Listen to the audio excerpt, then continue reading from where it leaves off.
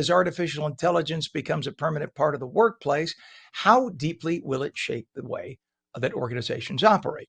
Well, Joshua Wöhle is CEO and co-founder of Mindstone, an AI training platform for professionals. Joshua is out with new predictions calling 2026 the year that AI stops helping humans and starts running the organization.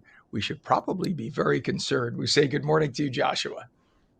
Good morning. Thank you for having me.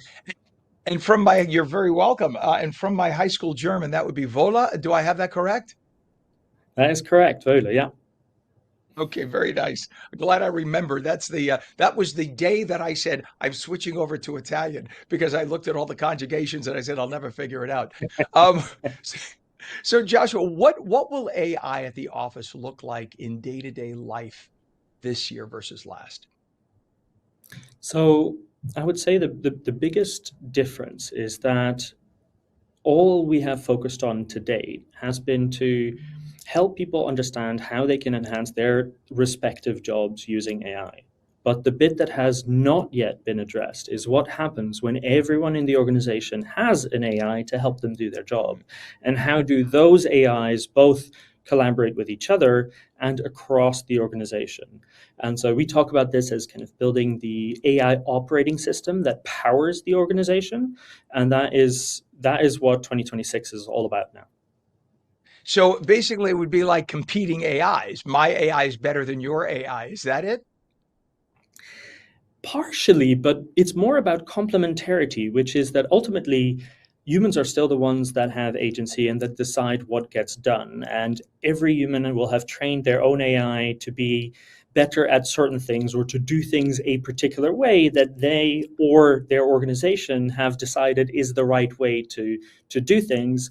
And the other agents can learn from that. So you can more think about this as compounding the organization's advantage by being able to combine multiple agents and the work of multiple humans that have gone into training those agents over time. Does that make sense? Yeah, it does. And I've never heard anyone come up with this. This is the first that I've ever heard anyone talk about this. And this is brilliant, which is why you do what you do, clearly. Now, do you think the coding will disappear at this point, but not software engineering? So the idea of actually constructing the program gone, right? Because AI can do it, but the idea of developing the concept would still be a human thing.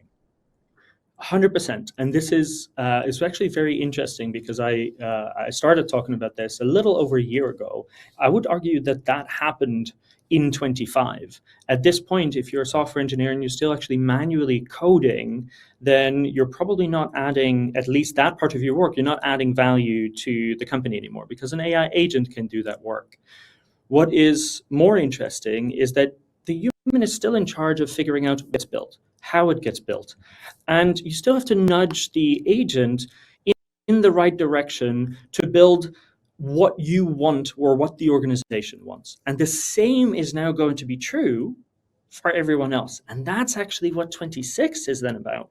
Because what happened for software engineers in 2025 is going to happen for most knowledge workers, lawyers, marketers, operation experts, HR across the business in 26.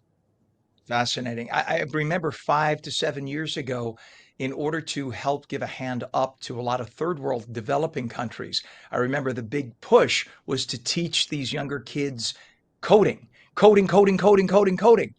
What happens to all of them? I mean, if now AI can do it all, we're talking hundreds of thousands of kids we put on this track of coding. What do they do?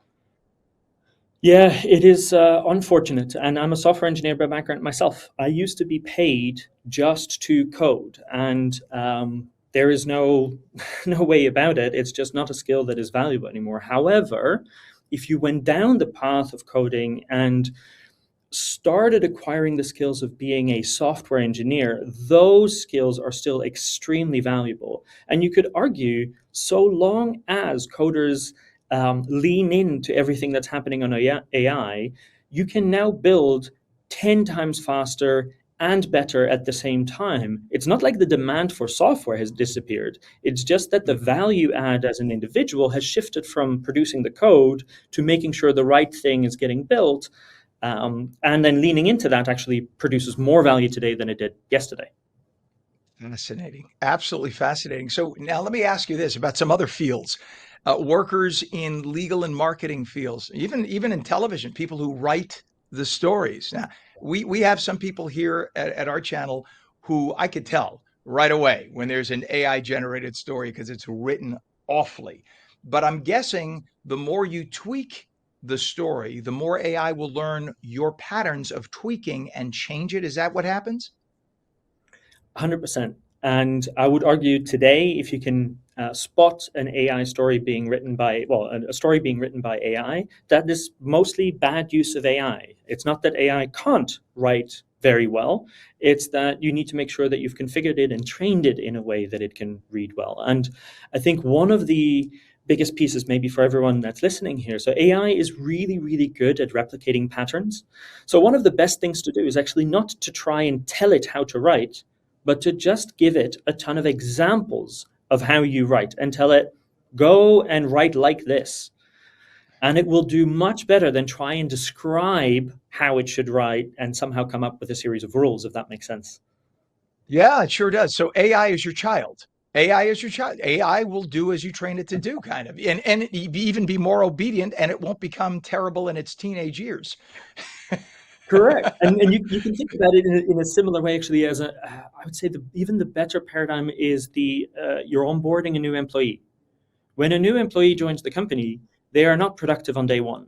You have to explain to them how the company runs, what the company values are, how the company operates. All of those things are true.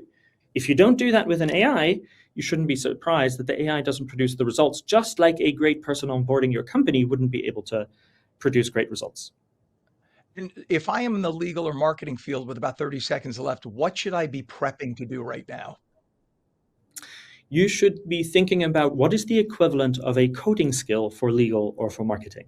So, writing a contract from scratch should not be a thing that you do anymore. Editing a contract that has been pre written by AI or that has been pre annotated by AI, absolutely.